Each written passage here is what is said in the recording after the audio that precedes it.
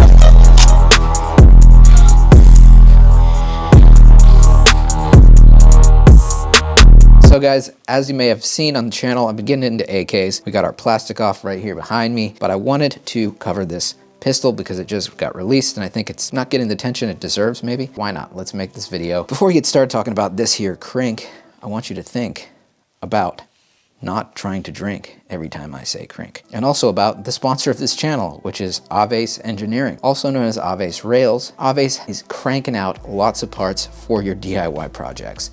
We're talking slidey bits, rails. I want to get railed, but only by Aves, because Aves are really gentle when they rail you. So gentle, in fact, that you need lube, but not that much lube to get that sliding nice. And if you want Mac parts, they're the place to go, because there's a lot of Mac builds out there that use Aves parts. Never in a million years would I suggest you go to Aves Rails and use the code PSR at checkout for an entire 10% off your order. Just don't do it. So thank you again to Aves for sponsoring this channel. All right, so the Riley Defense Krink. A lot of people know about the PSA Krink, which made a lot of headwaves at SHOT Show. And while I was at SHOT Show, I certainly saw that and thought it was pretty cool. But I also saw this. This is the Riley Defense Krink, and it is chambered in 7.62x39. Yes, the original Soviet round that the AK was made around. However, it's not the 5.45, which the classic AK-74U is chambered in. But this, given that it shoots 7.62x39, is kind of like a clone of an Arsenal 107-51, I believe it is. The Arsenal one that looks very, very similar to this. The muzzle goes out and it's a 16-inch barrel, but it's basically made for SBRing, essentially. That one comes as a rifle. There are a few differences though, and we'll get into that. But first, I just want to say this gun was sent to me by Riley. I introduced myself to them at the booth, spoke with Ramsey, who's a super cool dude, really into AKs, chatted a lot with him. He just seemed very enthusiastic about this, so I had high hopes for it. And I said, hey, yeah, if you wanted to send one out, I'd love to check it out and make some content with it. Now, if you're an AK person, you know American AKs haven't always had the best reputation. The imported AKs were plentiful for many, many years and very cheap. And I hate to break it to you guys, but the days of $400 Wassers and cheap parts kits are just gone, it appears to be. So you have to kind of adjust your focus and your lens when looking at AKs nowadays. And I think American-made products should be celebrated. I know a lot of people love to hate American AKs, but I really do think that they've come a long way. And right now, American AKs are gonna be definitely some of the least expensive ways to get into an AK out there. Personally, I've never owned a Riley. I have multiple Kalashnikov USA rifles. I don't have a PSA yet, although I just got the Krinkov, but we're gonna shoot that and do a video on it later, so I can't really say anything about that yet. But most of my experience has been with Kalashnikov USA when it comes to American AKs, so I was excited to try this here Riley Krinkov, see what Riley Defense is all about. This is a pistol. I think it's got around an 8.3-inch barrel. That's like the Krink spec of barrel. A little bit of history about the Krink. We're not gonna go super into it, but the Krinkov was created right around the time the AK-74 was created, a little bit after it, and it was meant to be a short version of the AK-74. It was chambered in 5.45 by 39. It was kind of a response to the US's creation of the 223 5.56 round that was being used and fielded in Vietnam. Soviets saw that, they got captured rifles and captured ammo, and they said, we should try to make something like that. So they made the 5.45 by 39 cartridge. Now the 5.45 by 39 cartridge isn't as affected in terms of short barrel lengths as 5.56 is. So you can run a shorter barrel in a 5.45 by 39 configuration without ruining as much of the terminal velocity as you would a 5.56 223 short barrel. So the shorter 8-and-something-inch barrel on the original Krinkov made a little bit more sense. Guys, before we get into the rest of the video, I gotta thank today's video sponsor, and that is Arms List. If you guys ever wanted to either buy or sell a gun on the used marketplace and maybe your local FFL didn't have what you wanted, well, you can think of Arms List as kind of like a Facebook marketplace or Craigslist for guns, accessories, optics, and stuff like that. With over 95,000 listings, you're surely gonna find something you're interested in at Arms List. You can set your preferences to look locally in your area, or you can go through their dealer network, which spans nationwide. If you're interested in signing up with Arms List, I would never in a million years use the code PSR for a first month fee of only 99 cents. 99 cents for the first month. You can check it out, see if you can find anything. If you don't like it, you can always cancel. Having a sponsor for these videos really helps, and I do want to thank Arms List again for sponsoring this video. Now these Krinkovs were predominantly fielded in the Soviet-Afghan War to start, and contrary to popular belief, they weren't fielded by Spetsnaz operators, and they weren't really meant to be special forces guns. They were mainly meant to be for tankers and pilots. These were soldiers that needed to get into confined spaces that needed a short package. They had folding stocks, and they were pretty compact and easy to get in and out of vehicles with. In the Soviet-Afghan War, it was preferred for a lot of soldiers to have a longer barrel because of the engagement distances in that war, and it didn't really make as much sense for them to have these unless they were, like I said, in vehicles. Now these guns weren't the most popular among the Soviet soldiers. They were popular among the Mujahideen, who, if they took out a helicopter or a armored vehicle, take these from the wreckage, and if you had these and you were a Mujahideen soldier, you kind of had a flex because it meant you probably got it from taking out a vehicle of some kind. Now there's a lot more lore about the Krinkov, and I'm sure I'm missing quite a bit of stuff, but that's a little background. Let's talk a little bit about the gun itself. So one of the things that makes the Krinkov unique is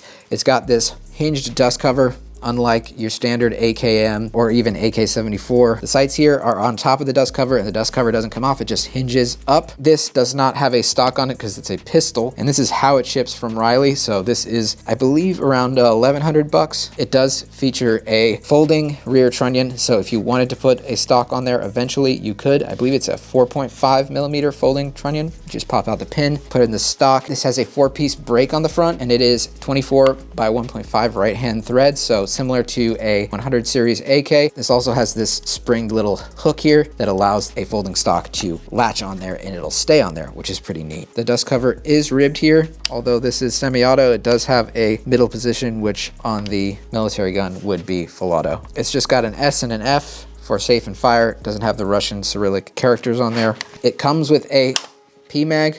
As you see here, it does have an optics rail, standard optics mount. The pistol grip is not really true to any design that I know of. It's kind of just its own thing. If this was a true Bulgarian clone, it would have kind of the standard 100 series pistol grip on there, but we don't see that here. This is something else. The mag release here does appear to have a little bit of an extension to it, and it's got some lines on it that kind of give you a little bit more grip, which is always nice, but that doesn't stay true to the original either, I don't believe. The front handguard closely resembles the Arsenal, although it's not exactly the same. I noticed on the Arsenals, this grip texture goes down a little bit further, but it does look a lot like the Arsenal handguard that's on their crank. As far as build materials and quality, this does have a forged trunnion, and it does have a forged carrier and bolt. As far as the rivets go, it looks pretty good to me. I'm not an AK master, but it does appear to be pretty well done, the rivets. Also, there's no real markings on the trunnion in terms of the serial number. As far as I'm concerned, the only place the serial number is right underneath here on the bottom of the receiver. This safety is its own thing as well. It is not a true to the original crank safety. It does have this kind of nice extension that makes it easy to manipulate though. It does have a little bit of a different finish than the receiver, which that is something maybe I would change out. As far as the trigger goes, it's a pretty good feeling trigger, so safety works. We're gonna put it all the way to fire.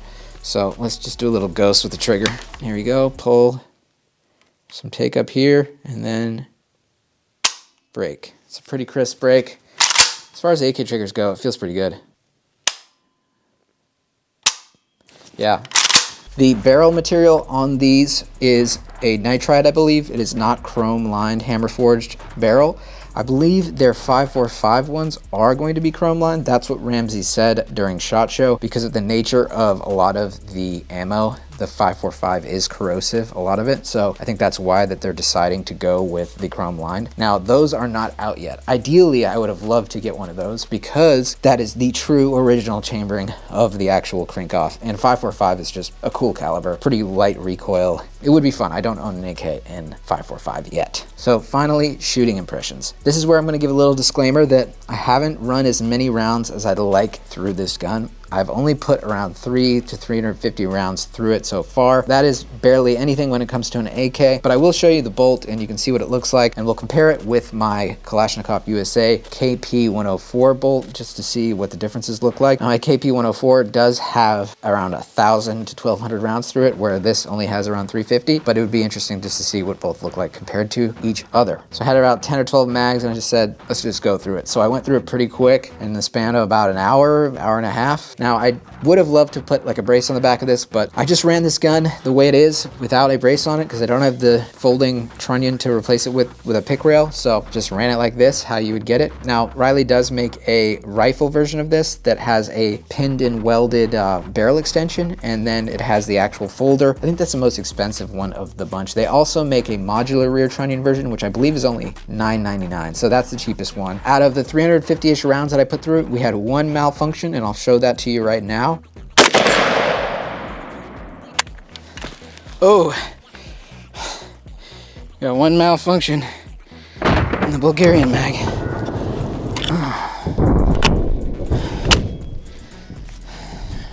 Other than that, the gun ran really well. Once I started heating it up and shooting it quite a bit and dumping some rounds in succession, the oil that was on the gun kind of started to smoke off. It felt like it was ejecting pretty normally. The ammo that I put through it was Tele ammo. That's all I had. I didn't have different kinds of ammo, unfortunately, to run through it. It ate that stuff up pretty well. Hip firing this thing is a whole lot of fun. I did quite a bit of that. With this trigger, it actually, you can shoot it pretty fast from the hip, which is always fun. The blast device did a really good job of keeping that concussion downrange, because this is, of course, quite a short barrel, and it's about the size, I think, of like a mini Draco. If you're gonna compare it to another gun that's similar, I guess the mini Draco would be the gun that you'd compare it to in terms of size, chambering. Not quite micro Draco size, but definitely in the ballpark of the mini Draco. You can hold it with one hand, and I will say, it does look pretty awesome. In terms of just aesthetically, I actually really do like this handguard. This handguard got a little bit loose, but I mean, it's on there. It's just not completely tight on there, but that happens with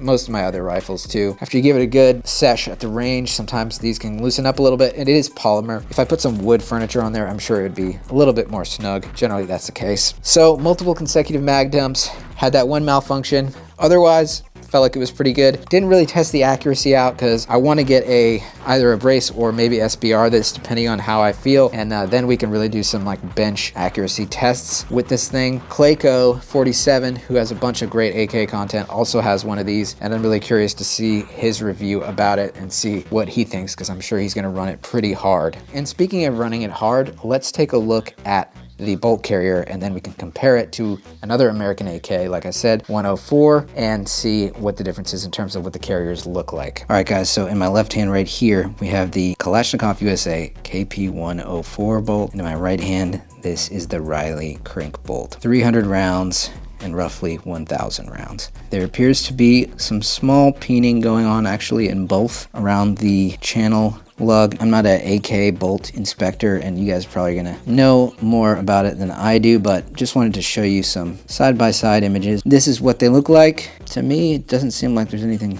super concerning. There is some peening, honestly, on both of these bolts. 350 on the Riley and around 1,000 to 1,200 on the KP104. Now, as far as magazines go, let's see what fits in here. So like I said before, the gun ships with a Magpul PMag, one Magpul PMag. Let's see what other mags fit in here, see if any of them don't fit. So this is a US Palm mag. Fits in there nice and snug, no wobble at all. This is an X-Tech little banana mag. Nice, no wobble, fits in there nice. There's an AC Unity 40 rounder. Nice. This is a red mag, Bulgarian mag. Nice, and that's a little bit more snug of a fit, but another AC Unity mag. Nice and tight. It's a little bit more snug. KCI. A little bit more snug, but that fits in there. 40 round Romanian.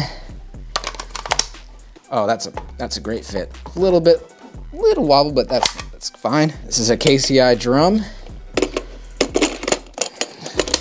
Oh, nice. Yeah, that looks good. One more drum. This is a Romanian surplus drum. Thanks to Yeezy for sending me this. Oh, that one, that's a tight fit, but it does fit in there. I've noticed that this Romanian drum in particular has a hard time fitting in a lot of my AKs, so that's a good sign.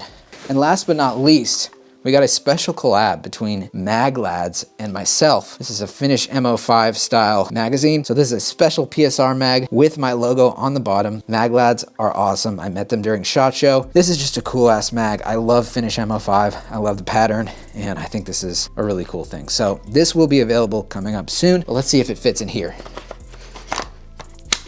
Yep, and it looks nice in the Riley Krink. One thing I will say about this gun, when I first got it, it did take a little bit of racking it and shooting it for this bolt to not get hung up on the hammer. When you pull it back a long way, this happens to a lot of AKs. Basically what was happening was I would just rack it and it would get stuck, but now it goes back. So that will go away if you do get one of these and you just run some rounds through it. It'll go back to just being able to seat itself home when you rack it.